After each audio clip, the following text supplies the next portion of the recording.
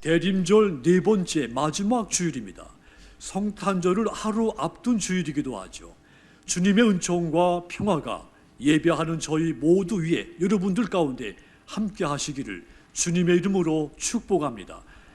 교회는 2000년 동안 교회력을 제정하고 지켜왔습니다. 대림절부터 시작해서 성탄절이 있고 주현절, 사순절, 부활절, 그리고 마지막 오순절이 있습니다. 지금은 대림절입니다. 대림절은 예수님의 성탄을 기다리고 예수님이 다시 오시는 재림을 기다리는 절기입니다. 이때 보라색을 씁니다. 이 보라색은 참여하는 뜻이 있습니다. 또 기다린다는 뜻이 있습니다.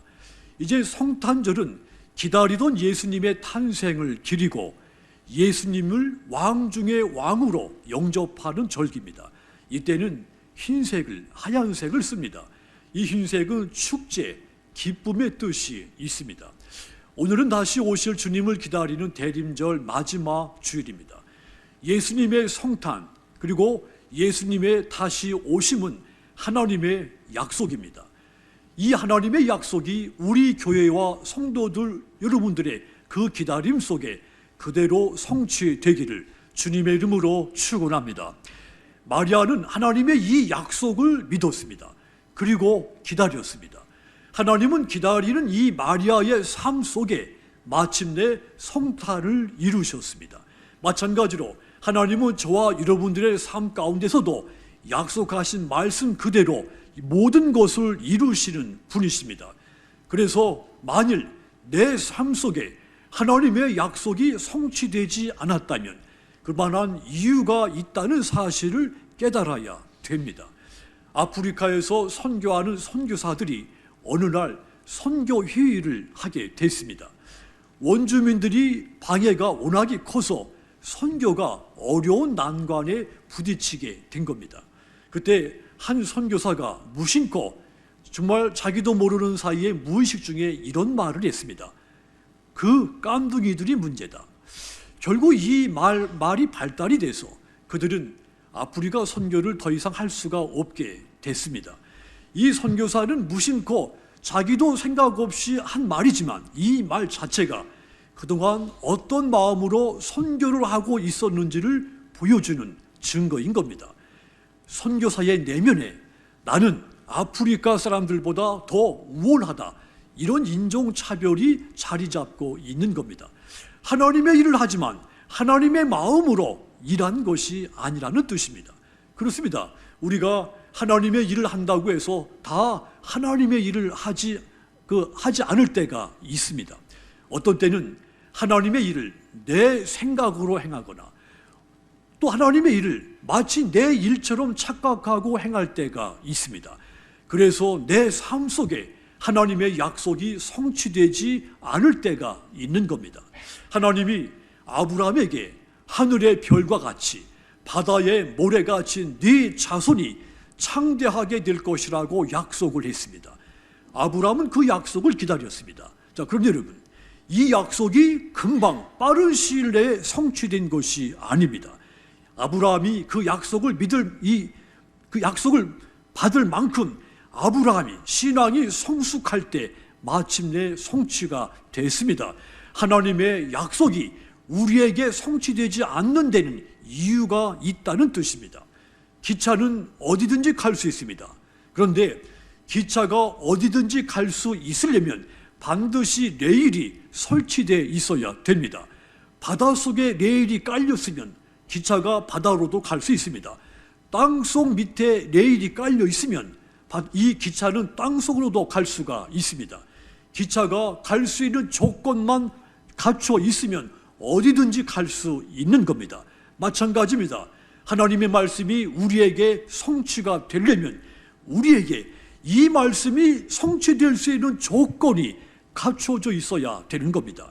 오늘 본문에 갈릴리 나사렛에 살던 이 처녀 마리아에게 어느 날 가브리엘 천사가 찾아와서 이 동정녀인 그녀에게 잉태하여 아들을 낳을 것이다, 놀라운 소식을 전해 주었습니다. 하지만 이 마리아는 이 믿기 어려운 이 하나님의 약속을 믿었습니다. 그리고 그 약속을 기다리기 시작한 겁니다. 하나님은 기다리는 이 마리아의 삶 속에 마침내 성탄의 주인공이 되게 만들었습니다. 마리아에게 하나님의 약속이 이루어질 수 있는 조건이 갖추어져 있었다는 뜻입니다. 그렇다면 여러분, 마리아에게 성탄이 임할 수 있었던 것은 무엇일까요? 그리고 오늘 저와 여러분에게 마리아에게 임했던 성탄이 우리에게도 임하게 하려면 우리가 어떻게 되어야 됩니까? 가장 먼저 하나님의 은혜가 우리 속에 있어야 됩니다. 하나님의 은혜가 마리아 속에 있었기 때문에 성탄이 그녀에게 임하게 된 겁니다. 마리아가 예수의 어머니가 된 것, 그녀가 노력하고 그녀의 의지에 의해서 된 것이 아닙니다. 전적인 하나님의 은혜에 의해서 마리아가 예수의 어머니가 된 겁니다. 누가복음 1장 28절에 보면 가브리엘 천사가 마리아를 찾아와서 인사를 하죠. 그에게 들어가 이르되 은혜를 받은 자여 평안할지어다. 주께서 너와 함께 하시도다 그랬습니다. 30절도 보면 천사가 이르되 마리아여 무서워하지 말라. 네가 하나님께 따랐다. 은혜를 입었느니라. 마리아에게 하나님의 은혜가 임했다고 했습니다. 마리아는 천사의 이 말을 듣고 깜짝 놀랬다고 했습니다. 마리아는 당황했습니다. 내가 어떻게 복을 받은 여인이 될 수 있다는 말인가? 나 같은 사람이 어떻게 은혜를 입은 사람이 되었다는 것인가? 마리아는 이 말을 이해할 수가 없었습니다. 예루살렘에는 이 마리아보다 더 부유하고 더 지식이 많고 더 신분이 고귀한 여성들이 많이 있었습니다. 자, 그런데 하나님은 갈릴리 나사렛 동네에 이 한 처녀를 선택하신 겁니다. 하나님께서 배경을 보고 선택한 것이 아닙니다. 요한복음 1장 46절에서 볼 수 있듯이 유대인들은 나사렛에서 무슨 선한 것이 나겠느냐 이렇게 흔히 말할 정도로 갈릴리의 나사렛은 소외된 지역이었습니다. 나사렛은 유대 나라에서 가장 가난하고 힘이 없는 백성들이 모여 사는 변두리였습니다. 사람들이 예수님을 향해서 나사렛 사람, 나사렛에서 온 사람 이렇게 부른 것도 예수가 천한 신분의 사람, 가난한 목수의 아들이다 조롱을 한 것이었습니다. 그만큼 나사렛은 가난하고 차별이 있고 경멸을 받는 변두리였습니다. 이런 곳에서 살고 있었던 마리아에게 천사가 나타나서 하나님의 은혜를 받은 자여 소식을 전해준 겁니다. 그러면 저와 여러분은 어떻습니까?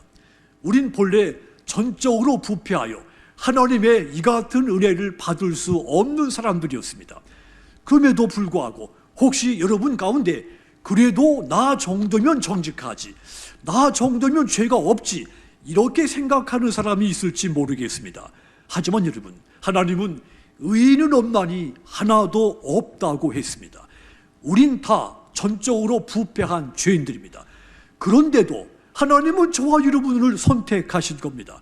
이것이 하나님이 우리에게 주시는 성탄의 은혜인 것입니다. 천사가 가난한 변두리 나사렛에 살고 있는 이 마리아 그녀를 찾아와서 누가복음 1장 31절 보면 보라 네가 잉태하여 아들을 낳으리니 그 이름을 예수라 하라 선포를 한 겁니다. 처녀에게 임신하게 될 것이라고 선포한 겁니다. 성경은 이것을 하나님의 은혜라고 말했습니다. 근데 여러분, 만약 여러분 같다면 이것을 은혜라고 말할 수 있을까요? 여러분이라면 이것이 내게 복이라고 생각할 수 있겠습니까? 아마도 내게 재앙이라고 생각했을 것 같습니다.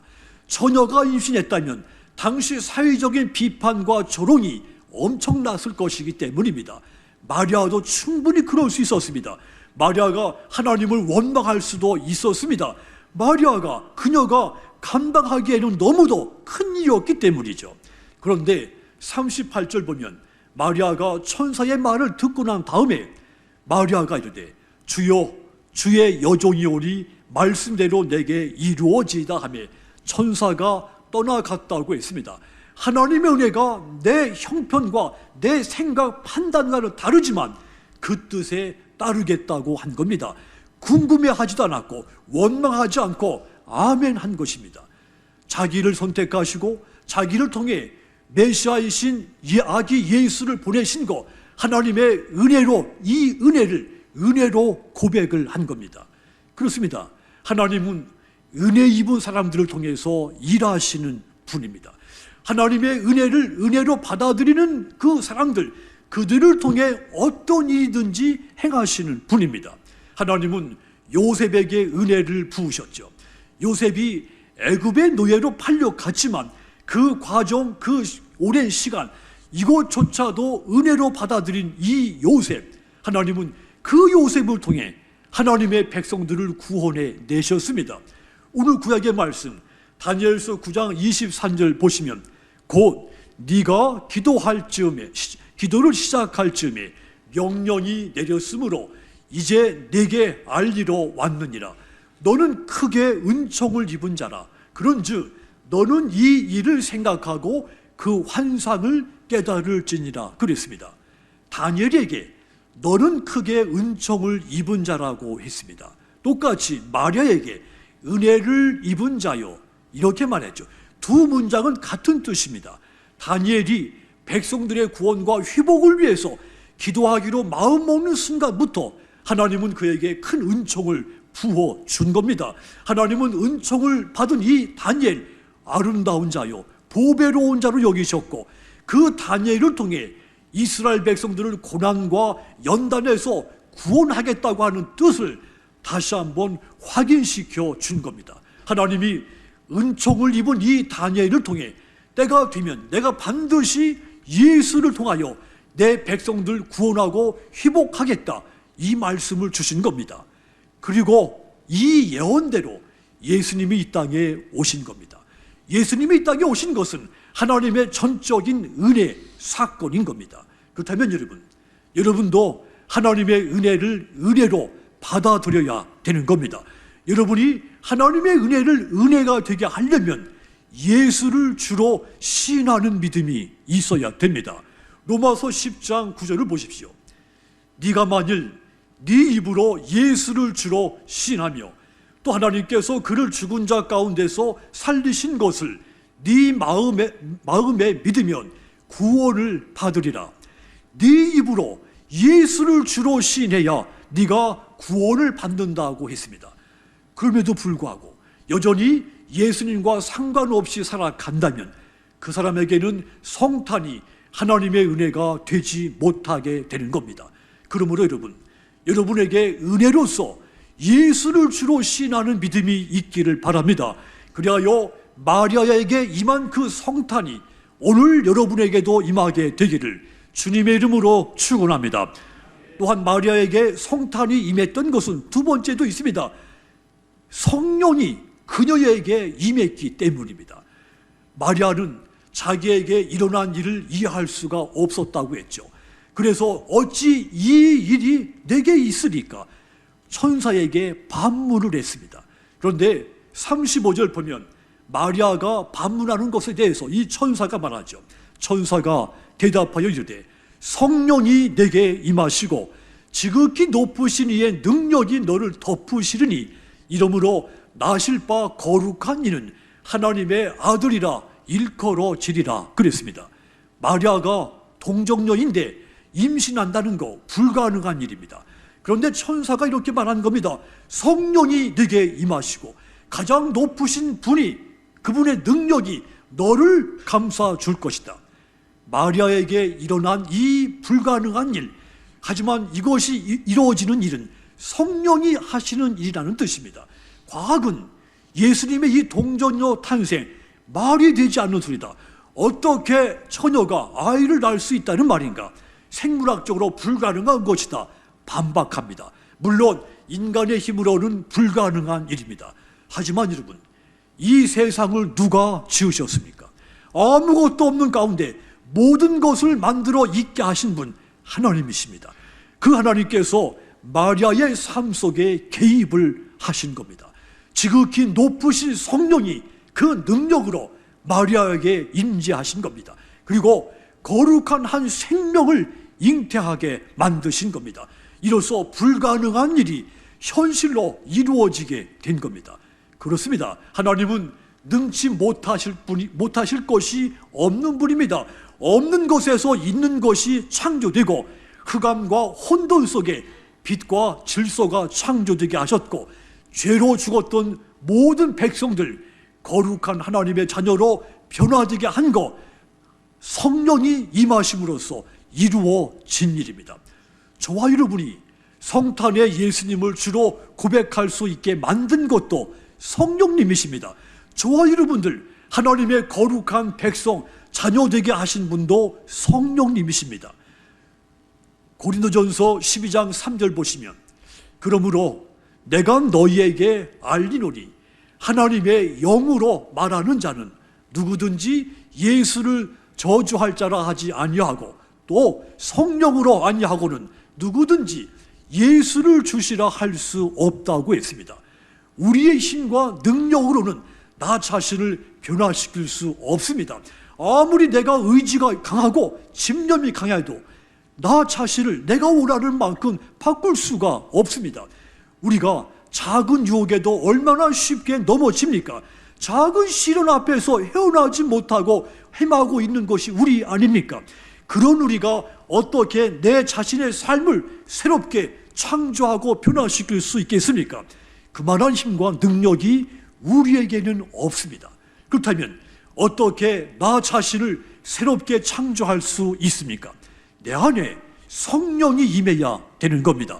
성령이 내 안에 임하면 내가 새롭게 창조되고 내게 약속의 말씀이 그대로 성취되기 시작하는 겁니다.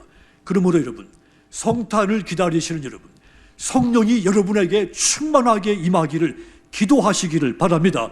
그리하여 마리아에게 임했던 이 성탄이 여러분에게도 똑같이 임하게 되시기를 주님의 이름으로 축원합니다.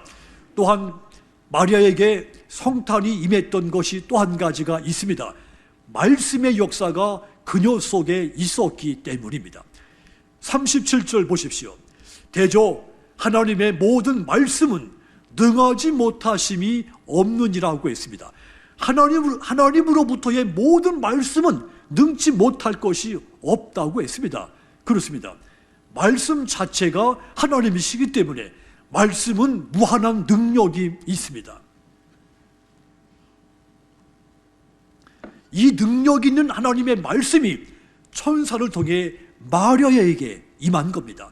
말씀이 마리아에게 임함으로써 아기 예수 탄생이 그녀의 몸에서 성취되었던 겁니다.